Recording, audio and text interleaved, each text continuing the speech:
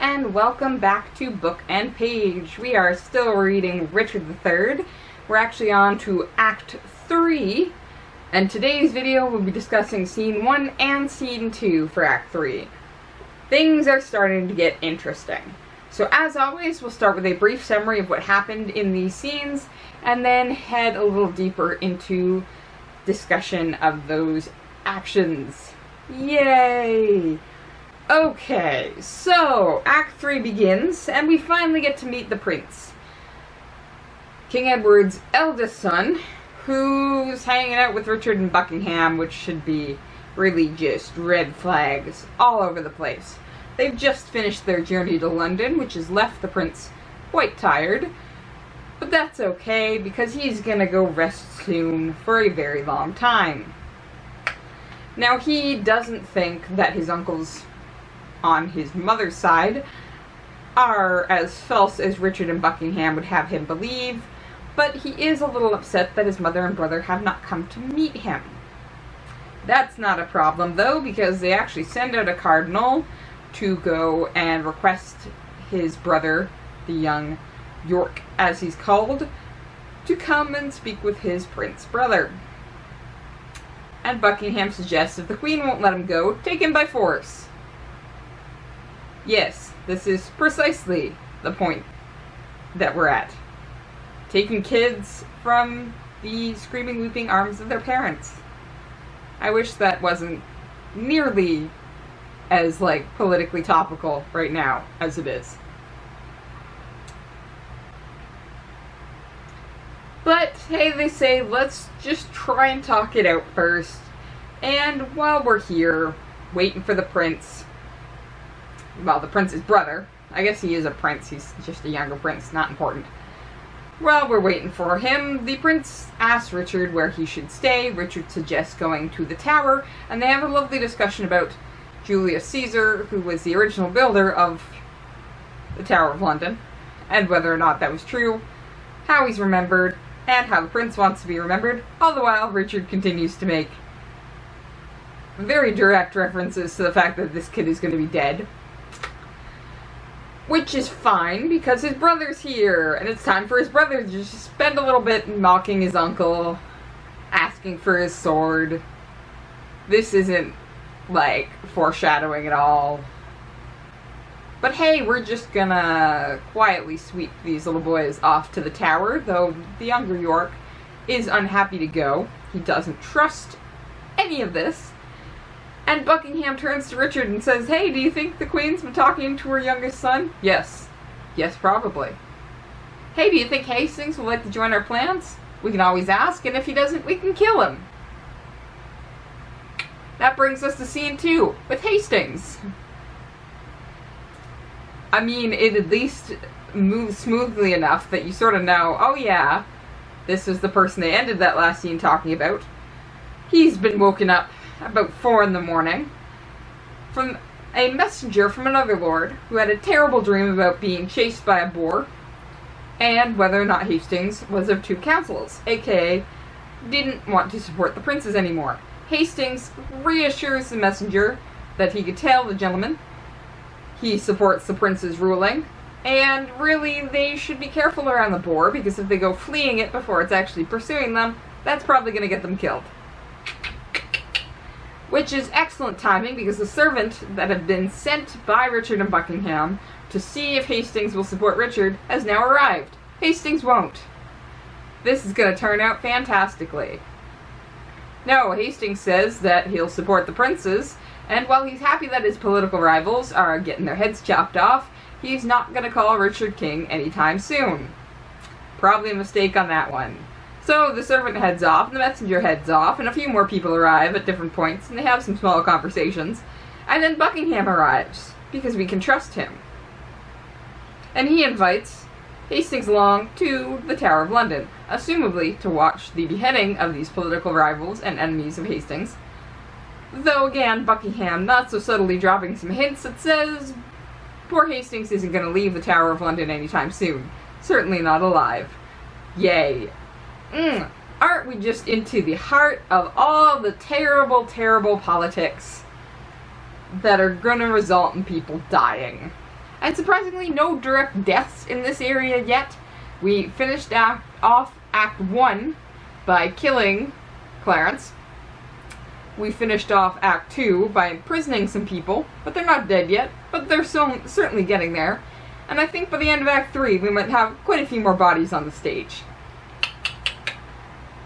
I should note there's 5 acts to this play, so I don't think we've killed nearly as many people as we're going to yet. Yay. So, let's talk about a few more things in detail. I want to start with Buckingham. Buckingham. Buckingham, why? Buckingham, I trusted you. In all seriousness, I really did, the first time I read this play, trust Buckingham. He seemed to be the most neutral of the lords from the very beginning. Like, Margaret legitimately thanks Buckingham for not having murdered her family, which is more than anybody else in this, like, position can brag about, right? Buckingham didn't do that terrible thing. And he seems even neutral when, like, Richard speaks to him. He seems a little like, no, I'm just by, like, hanging out. I ain't taking anyone's side. I'm good. And then in Act 2, he makes this beautiful speech about reconciling with his political enemies. And since then, it's just all gone downhill. I mean, Buckingham is not even... Like, he's a partner to Richard here, but he's not one of those unwilling partners who's going along because it's gonna mean he's not dead. Like, he really seems to recognize that he can get some good things out of this. Because he becomes one of the most direct activists for, like, getting the job done. Richard continues to sort of play this, you can trust me side of things. But, like, Buckingham is like, let's go! The Cardinal's like, I'll go try and talk to your mother, young prince, to see if she will let your brother come. And Buckingham legitimately is just like, and if he doesn't, like, if she doesn't want to let him go, tear him from her arms.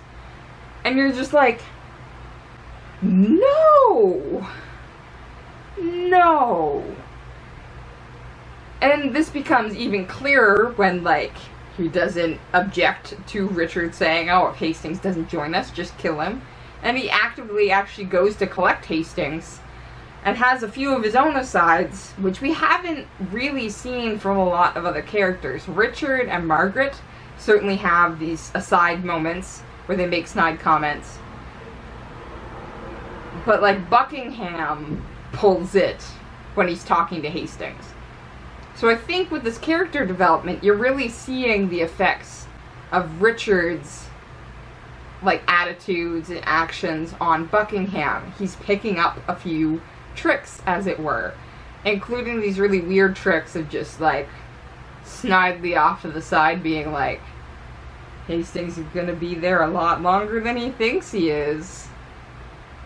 And you're just sort of like, why'd you learn that from Richard? Like, that's a weird thing to do, but it is something he seems to be picking up from the two people that are directly speaking to him the most. That was Margaret, who did it previously, and Richard as well. So we have this change in Buckingham as one of these sort of many lords who suddenly, it seems to have come into his own. He's figured out where he can bloom and profit, and it's in assisting Richard III. Which just, that feels slimy, because Richard, at least from the very beginning, came out to say, like, I'm the villain. Also, I lie a lot to people and myself, so you can't trust anything I say. And then, like, you get that for the rest of the play. Like, you're in on the joke.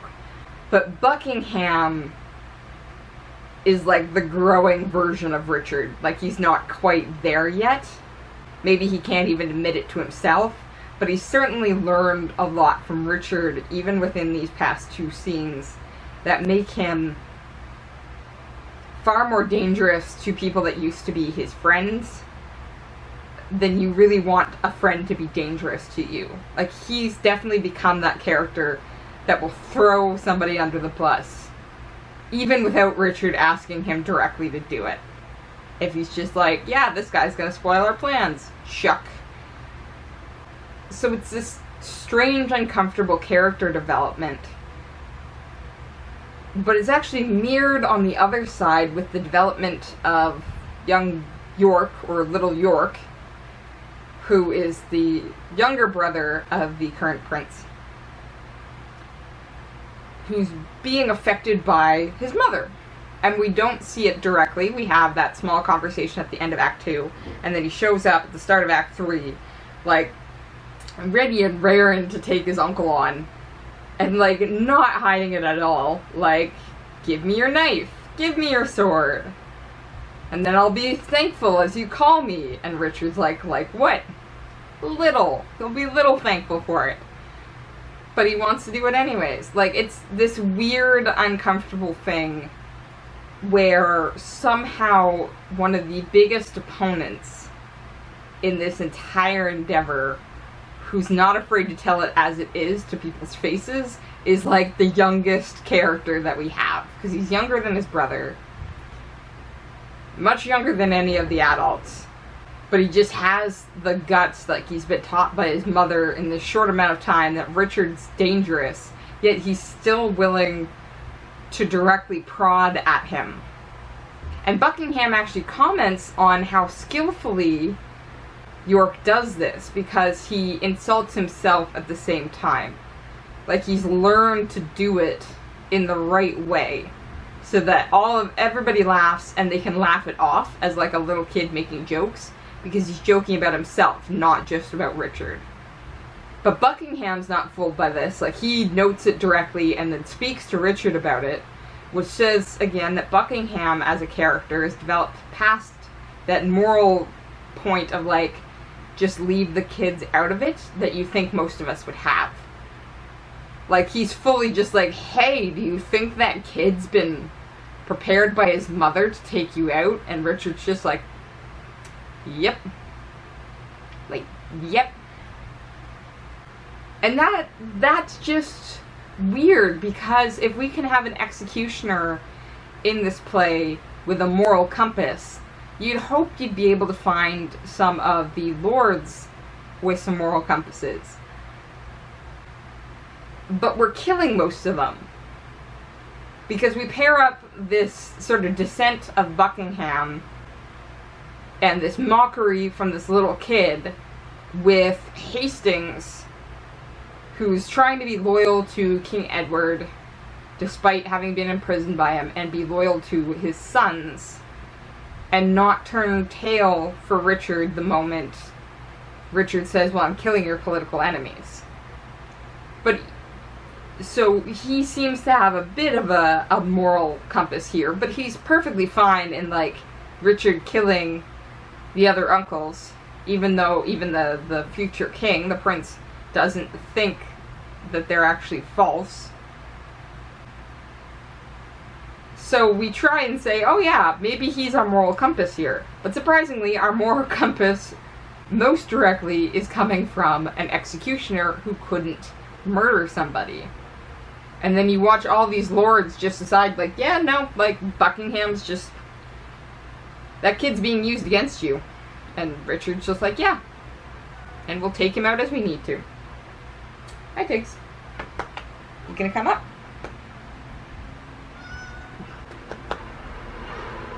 So we've got a cat friend for part of this video now.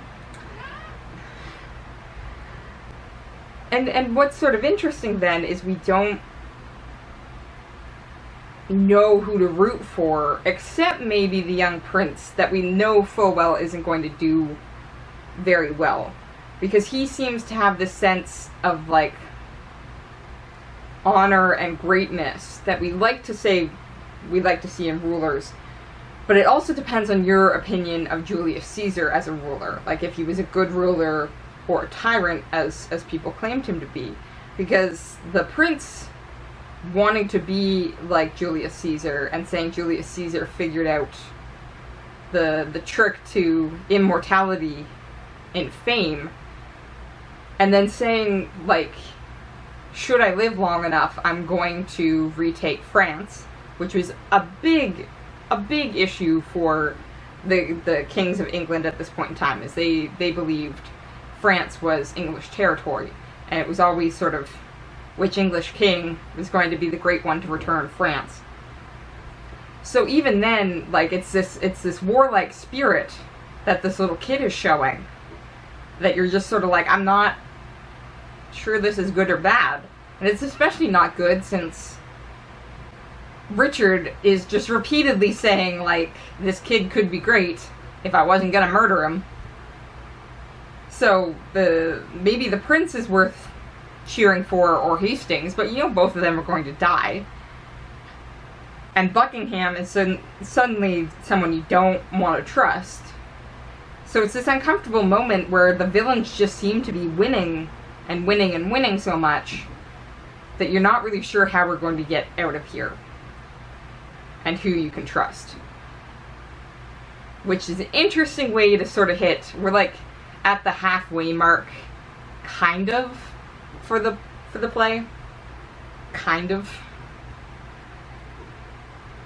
And then we have that weird moment at the start of scene 2 where, like, we know Hastings is gonna die, but this other lord shows up having had a prophetic dream. And Clarence is suddenly back in the story because we've now got a pattern. It's not just one prophetic dream that's shown up. We have a second prophetic dream from this sort of random lord about a boar. And it should be noted, this isn't super obvious to everybody, Richard III's emblem was a white boar. So, like, everybody in this situation, including Hastings, knows directly when the guy says, I dreamed about being pursued and struck by a boar, that the man is talking about Richard III. And Hastings is correct about, like, being very careful, because literature is always, prophetic dreams are very hard to understand, because they can either be very direct, and in cases like these ones we know full well, like Richard's the bad guy, but oftentimes the reason why people distrust them so much is it's a question of self-fulfilling prophecy. So if I have this bad dream and then try to prevent this bad dream from happening, am I actually making it happen, is certainly a valid concern. And the fact that we're not seeing a play with, like, a recognized magic system. Like, Macbeth has recognized witches that are called witches, and The Tempest has Prospero, who is, like, an actual enchanter. But this is meant to be a history, so we're not talking about, like, a magic system, as it were. We are talking about people who are having dreams because they're in a very stressful situation and don't know what to do about it. So, what do you do about it? We're seeing this pattern, but there's actually no way for us to really help address it, simply because once these dreams have occurred, it's almost already too late. And Richard has already made a move against these people that's going to destroy them. So last thing before we go, just fairly quickly, I want to talk about that boar imagery, because it's fairly obvious when it comes to Richard, because he has taken the boar as his emblem. So you think, oh, very directly, okay, the boar is Richard. But it should be noted that the boar is a very interesting animal to pick, because hunting boars are very dangerous. And Hastings actually mentions to the lord that comes to visit him, like, did you not bring your boar spear? And a boar spear is a very long spear with a crossguard, because what you actually need to do is you literally need to spear the boar as it's charging at you, and hope it doesn't get so far down the boar spear that it guts you with its tusks, and you both die. And that's why the crossguard's there. The crossguard's to hopefully stop the boar before it can gut you. And if you've read or seen Game of Thrones, or any number of things, boar deaths are actually fairly common, simply because it's this idea that the boar hates you so much that it will literally destroy itself in a chance to destroy you. Like, it will put itself on that spear in the hopes of getting far enough down that it can gut you. It is a very aggressive animal that honestly doesn't even recognize when it's charging into its own destruction, because it's so intent on your destruction. which is going to play really interestingly with Richard III, because that's precisely what we're going to see. He is just so intent on gaining power that he's failing to notice in a couple of spots things coming out against him that are going to destroy him in the end. He is so intent on the hunter, he's not necessarily noticing the spear.